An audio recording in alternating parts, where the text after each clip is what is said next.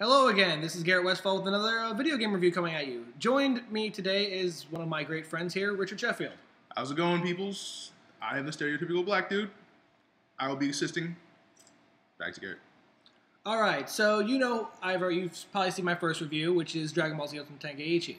Now I'm going to try to make this a little bit better, more organized. So we're going to split these into categories when we go into these games now. Today we got something special for you. We're going to reveal an older game. Not NES, but Xbox, so still kind of old. Today we're going to be viewing The Incredible Hulk Ultimate Destruction. Not gonna lie, I myself has just the greatest aspirations to be the Hulk. And one thing I should point out that pissed me off about this, check right there. They gave it an 8.9 out of 10. Which, if you're not a big fan of the series, is probably an accurate score to give this game. It hurt my feelings. But you see, if most people don't know this, if you're a fan of Prototype, you see this is what Prototype is based off. The same people who made Prototype is the one who made this game. That's why it's a good game. It has basically kind of the same gameplay mechanics as Prototype. Except you're the Hulk and you're a giant green rage monster, and everything is just there to be destroyed by you. All right, so we're going to start this off very simple. Now, basically what I'm going to break it down is we're going to start with, every time we start with the game, we're going to start with graphics, then story, then gameplay. That's basically how it's going to go. It might change depending on the game, basing on the game. Like if it's a fighting game, then we might break it into a little bit more categories, or it just depends on the game itself. So, as promised, let's start this off. The graphics of this game, at the time of the Xbox, I think, in my opinion, it was pretty good. If you think back to those times when you first got an Xbox, it was pretty dang good. I mean, the Hulk looked good, the characters looked good, the destruction, all that. Stuff explode, buildings collapsing, they did pretty damn good when they did this. There's one downside about the graphics that I did not like. It's when you're destroying buildings, which you can. There was a horrible dust cloud that just did not make any sense. That did not need to be there. But it can be forgiven since it is an original Xbox game. True. That would be unforgiven if that happened in a new, next-gen console game. Now, is there anything else we missed out on the graphics, or do you think we're done? The Hulk has green. Lots and lots of green. When you're charging up for your attacks, there's lots of green. So if you don't like green, why do you even like the Hulk? Anyway, next on, we're going on to the story. Now, you see, for the story, I don't remember as much, so that's why I have my partner here. Yo. What I do know is that, obviously, it has a basic story at the beginning of Bruce Banner trying to find the cure for the Hulk, which is the obvious thing for a Hulk game or any kind of Hulk comic, usually. He always wants to cure the Hulk. And then, there is a new guy helping General Ross to try to capture Bruce Banner. And also, later on in the story, Bruce is also trying to keep in the very the biggest monstrosity in Hulk is, Devil Hulk, who would destroy everything. And the thing about our storyline here is that the Hulk storyline is timeless. We always know that Bruce has the Hulk in him. We always know that he wants to get rid of him. The ways he goes about doing it is fucking incredible. I think it is. I mean, I'll agree with that. In this one, they've come up with a way to actually not control the Hulk, because you can't do that. No one can. But they come up with a way through subliminal messages, through a machine that they have, to control it. To give him a, singular purpose at that time.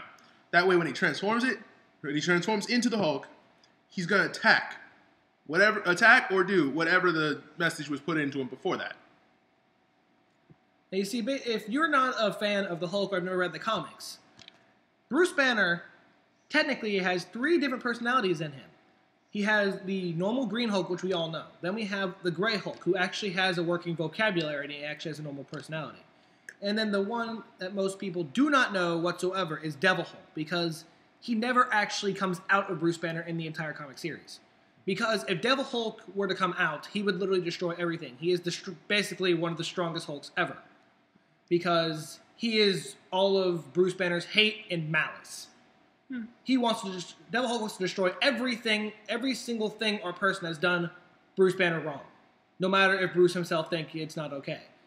So that's why in the comic series he tries nothing but to keep him inside. And they actually use that in this game, which is a very good concept. Oh, back to the Grey Hulk. Just saying, the Grey Hulk is awesome. There's actually a costume, and I'm going to say it. His name is Mr. Fix-It.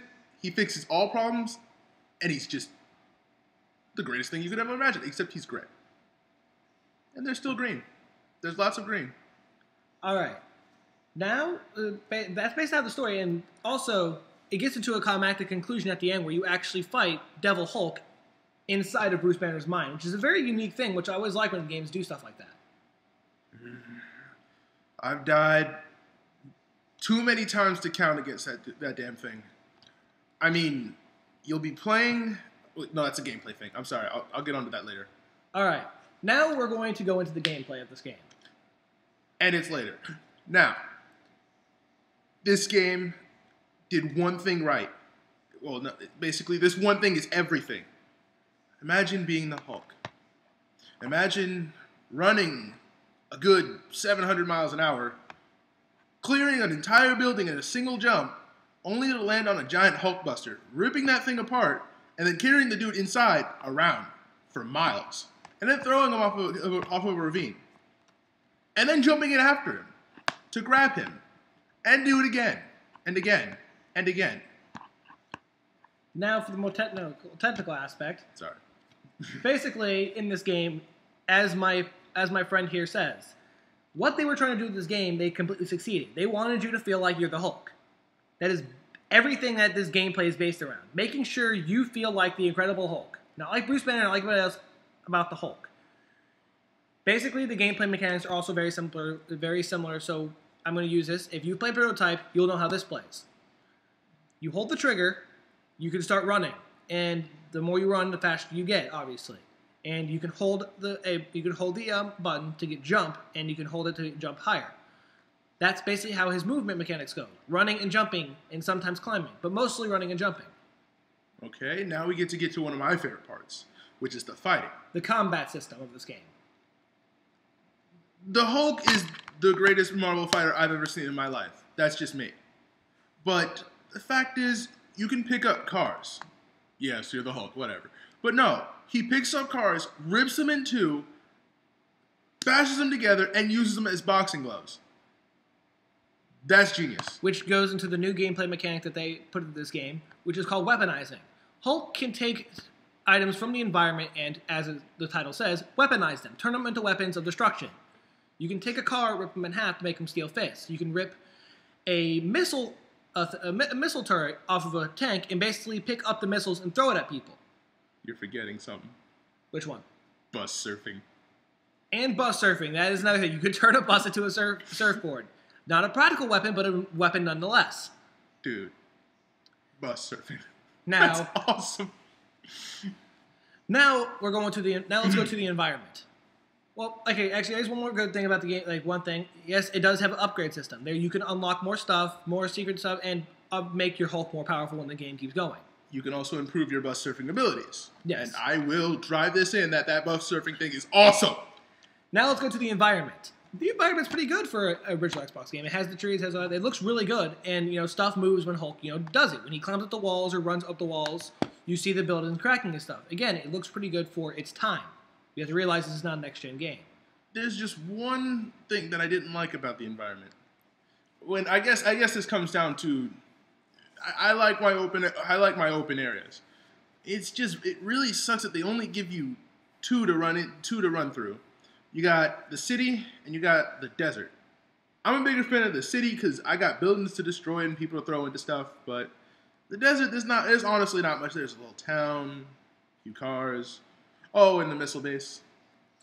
Missile base.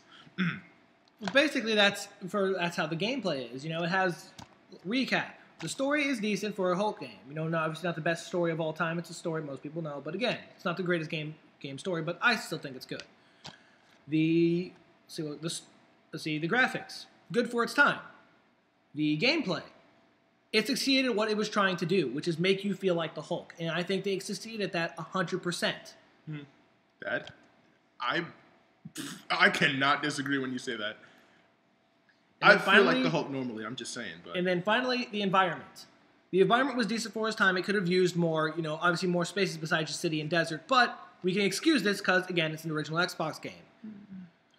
As the thing box said, it did get an 8.9 out of 10, which is actually pretty damn good for original Xbox games. So that's basically it. So if you guys want to see any certain game you want me or him to review, you can ask him too if he's here. Just leave a comment below, all right? So this is Garrett Westfall and... Yeah, that one black dude, Rick, I guess never mind. And my friend Richard Sheffield signing off. Hope to see you in the next video.